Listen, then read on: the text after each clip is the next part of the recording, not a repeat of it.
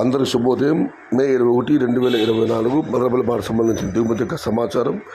ఇప్పుడు పలు మండీల మేస్త్రులతో మరి జీపీఆర్ మండలి అధినేత వెంకటేశ్వర ఫోన్లో మాట్లాడడం జరిగింది. వారిచే సమాచారం సరే బెదిరించి కోడికి వస్తే మదనపల్లి మార్కెట్ తొలిసారిగా వెళ్లబడి ఆరంభించే భాగ్యలక్ష్మి తీసుకుని భాగ్యలక్ష్మి మండి కేవీఆర్ ఈ రెండు మండీలు బాగా పెరిగింది. ఈ తతిమ MDN, NSR, JBT, RBR, JNT, SL ఇటువైపు తీసుకుంటే కొన్ని మండీలు పెరిగింది, మరి కొన్ని మండీలకు తగ్గింది. ఇంకా అటువైపు తీసుకుంటే అటువైపు కూడా పర్వాలేదు. రేట్లు పోలిస్తే వాళ్ళ దిగుమతి పెరిగింది. డౌన్ పాతాళంలో అక్కడ కూడా ఇవ్వాలి. నిన్నటితో పోలిస్తే దిగుమతి పెరిగింది. మొత్తం మీద చూస్తే ఇవాళ నిన్నటితో పోలిస్తే మదనపల్లి మార్కెట్లో దిగుమతి పెరిగింది.